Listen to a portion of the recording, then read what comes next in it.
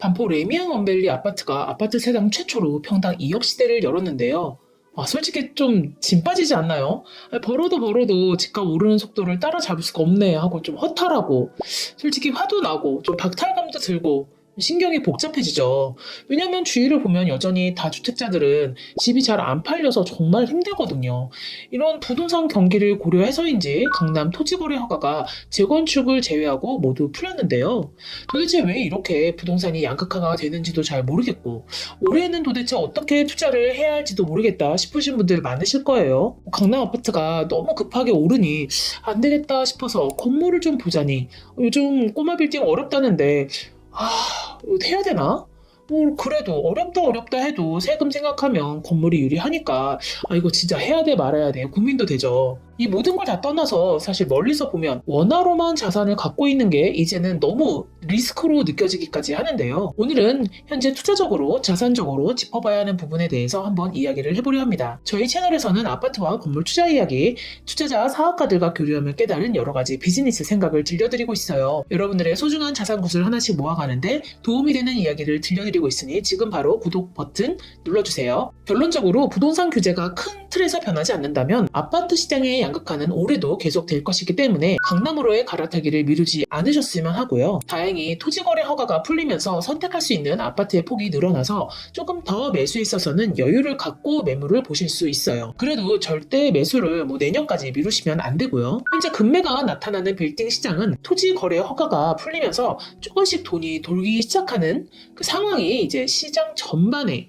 퍼지기 전까지 좋은 기회가 될 것으로 보입니다. 그리고 사실 이 부분이 더 중요한데요. 미국으로 자산 분산을 정말 진지하게 고려하시길 바랍니다. 올해는 미국 부동산보다는 금융 자산이 좋고요. 일정 부분 대체 자산인 금과 암호화폐를 염두하시면 좋겠어요. 2019년 10월 아크로리버파크 34평이 아파트 최초로 평당 1억 원 시대를 열었었죠. 이번 원베일리 아파트 평당 2억으로 2019년 이후 6년 만에 아파트 가격이 2배가 됐는데요. 최고가 기준은 이렇고 강남구 전체 평균 시세로 한번 봐볼까요? KB부동산 주택가격 동향 자료에 따르면 2025년 1월 기준 강남구 아파트 평균 매매 가격이 평당 9,395만 원이에요. 거의 1억이죠. 그런데 또 다른 지역에서는 부동산 가격이 많이 움직이지 않고 있는 곳이 정말 많아요. 현재 서울 아파트 거래가 크게 줄고 또 가격의 보합세를 나타내는 중인데요. 한국부동산원 주간 아파트 가격 동향에 따르면 2024년 12월 다섯째 주부터 현재까지 서울 아파트 매매 가격은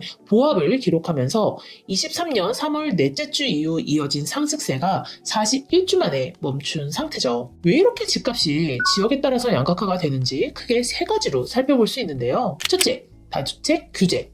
많이들 아시죠? 지금은 부동산 정책이 다주택자 규제를 하고 있어서 집을 단 한 채만 선택해야 하는 상황인데요. 그래서 아파트 시장 참여자들이 자신이 선택할 수 있는 가장 좋은 아파트를 사다 보니까 그 다음 지역의 아파트들이 잘 거래가 되지 않고 있어요. 그런데 여기서 또 한 가지 양극화가 이루어지는 이유를 조금 더 살펴보실 부분이 있어요. 바로 DSR 규제입니다. 2018년부터 주택을 매수할 때 적용된 DSR, 즉 소득 대비 대출 비율이죠. DSR 기준에 따르면 현재 집을 매수할 때 대출을 각자의 연봉의 7배에서 8배 정도까지만 받을 수가 있어요. DSR이 도입되기 전에는 대출 심사가 DTI, 총 부채 상환 비율인데요. 이 중심이었거든요. 즉 연소득에 대비해서 주택담보대출만의 그 원리금만이 어떤지 이 비율만을 고려했는데요. DSR은 여기에 신용대출, 카드론 등 모든 금융권 대출을 포함해서 대출자의 상환 능력을 더 엄격히 평가하는 방식이에요. 그래서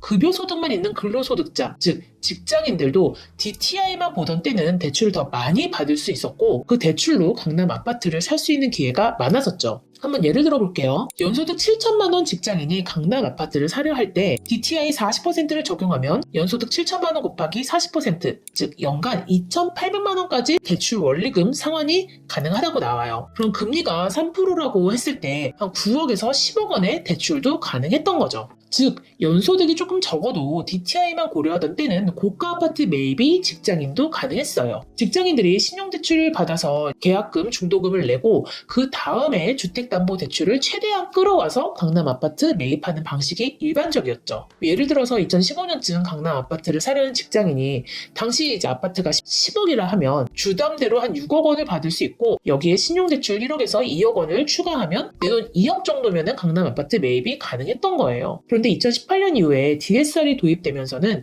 신용대출도 대출 비율에 포함되면서 예전처럼 대출로 계약금, 중도금을 충당하는 게 어려워졌고 이 와중에 강남 아파트는 가격이 계속 오르고 있으니까 대출 한도는 줄어들고 또 과거보다 훨씬 많은 현금을 직접 보유해야 되니까 직장인들이 강남 진입이 어려워졌고 대신 이제 사업가나 고소득 전문직들이 유리해진 거죠. 10억일 때도 이랬는데 지금 강남 아파트 집값이 30억, 40억을 향해 달리고 있잖아요. 정말 힘들어진 거죠. 요즘 간혹 부동산 강사분들이 여러분 괜찮아요. 생애 최초 대출이나 호순위 대출 써서 집값의 80%, 90% 대출 내서 사면 된다고 말하는 분들도 계세요. 그런데 이런 방식들이 가능한 직장인은 진짜 손에 꼽히죠. 이 많은 대출에 대한 이자를 감당할 수 있는 직장인 거의 없습니다. 다 사업가나 일부 전문직들만 가능한 거죠. 그러니까 이제는 정말 물리적으로 강남에 직장인의 집을 산다라는 게 한계설이 생긴 거예요. 예전에는 대출을 받냐 마냐 그냥 용기의 문제였다면 이제는 아예 대출을 받을 방법조차 없다. 이러다 보니 직장인이 강남 부동산을 사려면 초기 자본을 최대한 모으는 방법, 즉 투자를 적극적으로 고민하거나 아니면 사업이나 고소득 직종으로의 이동을 하는 그런 전략을 고민해야 되는 상황이 된 거죠. 세 번째, 아파트가 양극화되는 세 번째 이유는 바로 빌딩 시장이라는 대체 상품이 사라졌기 때문인데요. 원래 현금을 보유하고 있으면 고가주택을 살 것인가 꼬마 빌딩을 살 것인가 이 두 가지 상품 중에 선택을 했었는데 지금 워낙 빌딩 시장이 얼어있다 보니까 모두가 다 고가 아파트만 매수하는 쏠림 현상이 생기고 있죠. 이 부분 역시 아파트 시장의 양극화의 한 부분입니다. 그리고 빌딩 시장이 몇 년째 좀 상황이 안 좋은 반면에 아파트는 지난 1년 사이에도 핵심지들은 엄청나게 오르는 거를 다들 본 거예요. 만일 다주택이 아니고 1주택자로 장기 보유 특별 공제까지 생각한다면 시간이 좀 걸리더라도 아파트도 수익률이 괜찮거든요. 역시 가장 안전한 상품은 주거용이야 이라는 이런 학습 효과까지 더해지면서 대표적인 주거용 상품인 아파트로의 쏠림 현상이 일어나고 있는 거죠. 아파트는 거주를 할 수 있지만 빌딩의 경우 대부분은 실사용이 안 되고 단지 투자로만, 즉 공시를 주인이 직접 해결할 수 있는 폭이 거의 드물기 때문에 주택 투자에 비해서 금리와 경기에 더 영향을 받게 되거든요. 아파트가 정말 편한 투자인 게 여차하면 그냥 내가 살면 돼요. 그리고 전세를 줘도 전세가 자체가 매매가에 연동이 되지 않아요. 하지만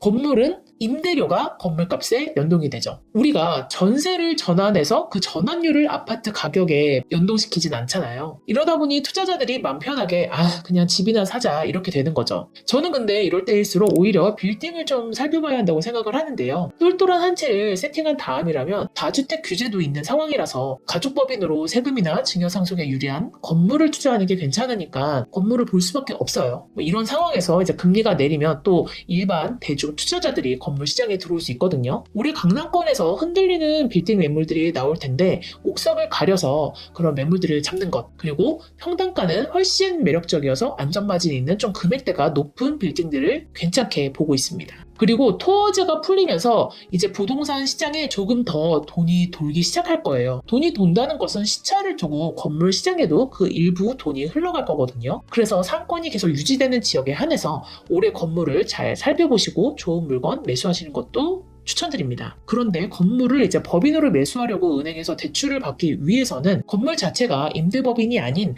다른 사업에서 발생하는 사업 매출이 있어야 절대적으로 대출을 받는데 유리해요. 만일 사업 현금 흐름이 견실하다 하시는 분들이라면 지금 강남 빌딩 매물 알아보시는 거 추천드립니다. 현재 건물 역시 철저히 죽지 않을 입지만을 보셔야 해요. 땅을 산다는 마음으로 말이죠. 사실 서울 외곽 상권 이런데 정말 의사분들 아니고서는 가급적 정말 신중하게 좀 생각하시라고 말씀드리는 이유가 내가 내 건물을 여러 점포로 채우려면 임차인 난이도가 외곽으로 갈수록 정말 어려워져요. 내 건물에 드라마에서 나오는 그런 깨끗하고 뭐 단정한 사무실만 가득한 그런 임차를 맞추는 일은 생각보다 매우 드물고 어려워요. 그냥 우리 동네 버스 정류장에 있는 그런 5층짜리 건물 생각해보세요. 거기 들어와 있는 점포들 어떠신가요? 딱 그런 건물 가진 건물주가 되시는 거예요. 오피스 사무실로 이루어진 깨끗한 건물이 외곽으로 갈수록 구성하기 어렵습니다. 그래서 오피스 수요를 염두한 강남권의 지금 금매들이나 혹은 상권이 정말 죽지 않을 스테디한 동네를 잘 보시길 바래요. 그리고 지금 건물 가격대 중에서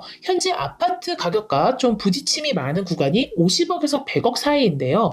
많은 투자자들이 건물 투자를 시작하는 가격대가 이 가격대예요. 그래서 가장 매수 대기자가 많은 구간이라서 건물 가격도 이 구간은 오버밸류입니다. 그 이상의 금액대를 보시는 게 안전하고요. 지역은 강남 서초, 항남 성수 이 정도면 오피스 수요와 핫한 리테일 업장까지 기대할 수 있지만 이외의 지역이라면 철저히 메디컬 빌딩을 위주로 보시길 바랍니다. 그리고 2030 젊은 친구들이 많이 가는 상권의 경우에는 조금 투자를 짧게 하고 나온다. 왜냐하면 조금 핫하다 하면 바로 조금 식상해져서 다른 곳으로 가서 놀거든요. 그래서 2030 친구들이 많이 몰릴 때 오히려 매도를 하고 나온다 생각으로 투자를 고려하시길 바랍니다. 금리도 내릴 듯 말 듯 하면서 잘 안 내려지죠. 그러니까 미국이 정말 내려줘야 하는데 그러질 않으니 우리도 내리지 못하는 상황이 계속 벌어지고 있는데요. 만일 변동금리와 고정금리 중에서 고민이 되신다면 주금금리가 높더라도 고정을 하시는 것이 유리해요. 큰 금액대의 대출은 조금만 변동이 돼도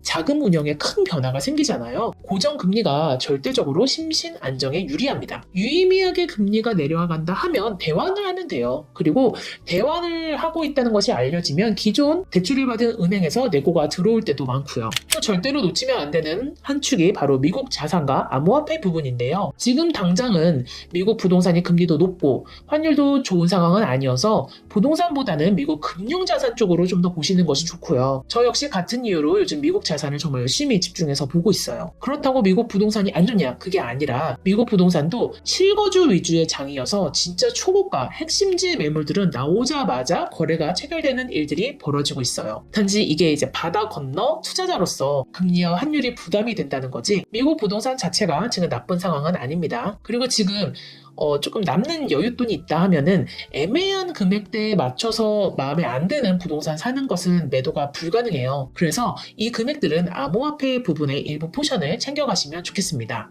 이렇게 전체적으로 자산을 보다 보면은 각자 상황에 맞게 우선순위가 정해지실 텐데요. 더 개인적인 고민이 있으신 분들은 연락 주시고요. 오늘 영상 여러분들의 투자에 도움이 되셨길 바라며 오늘도 성장하는 하루 되시길 바랍니다. 영상 봐주셔서 감사합니다.